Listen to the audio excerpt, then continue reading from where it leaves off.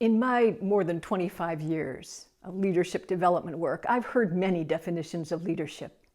But my favorite comes from Kevin Cashman, who defined it this way: authentic self-expression that creates value. Authentic self-expression that creates value. So we can already see it's not about a position in an organization chart or directing people. Rather, it's something that comes through us, through you, authentic self-expression, and is in service of others, creates value.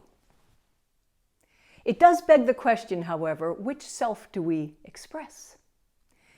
Our ordinary way of looking at it is, well, of course, it's me, it's I, it's the local self, the ego, that has a particular set of likes and dislikes, strengths and weaknesses. I bring that into leadership. Zen radically reframes our sense of self, giving us a sense of a boundless, whole self, no self, that when it functions through us, we can lead with the wisdom of connectedness, one with. This experience is available to you.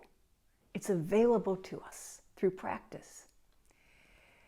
The flips of Zen leadership are a way to warm up to that experience. And the first one is this: from coping to transforming, or coping to co-creating. This flip is really the start of all leadership, because before we've made it, when we're in coping mode, we're stuck. Coping mode is characterized by reacting to something happening out there that I do not like. It's outside in terms of an energetic connection or direction. So I may be angry about it, intolerant, resistance, or even tolerating it, but just putting up with it barely. I may be depressed, feeling victimized, a victim of circumstance. These kinds of reactions, human and natural as they are emotionally negative, and they tend to be toxic to our system, toxic even to those around us. If we can pass through the neutrality, the point of acceptance, it opens up another possibility, a flip to co-creating with the forces that are, to be able to extend our energy from inside out into the situation. And by leading with our purpose, our meaning, our values, we can co-create with what's going on. Perhaps we can change its form, transform it.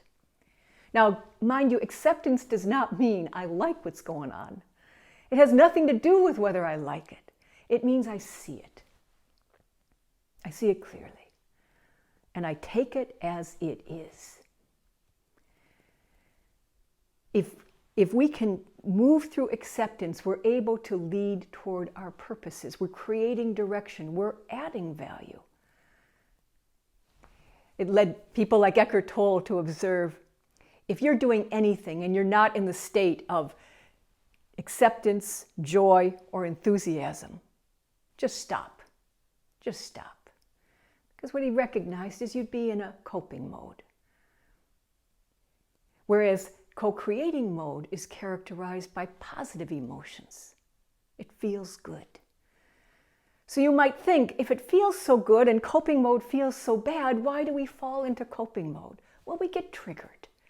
It's very human, it's very natural. But it's also possible through the practices, especially the practices of Zen training, to work through our triggers, to see through them. That we, when we fall into coping mode, don't stay there so long, and ultimately don't fall there very often.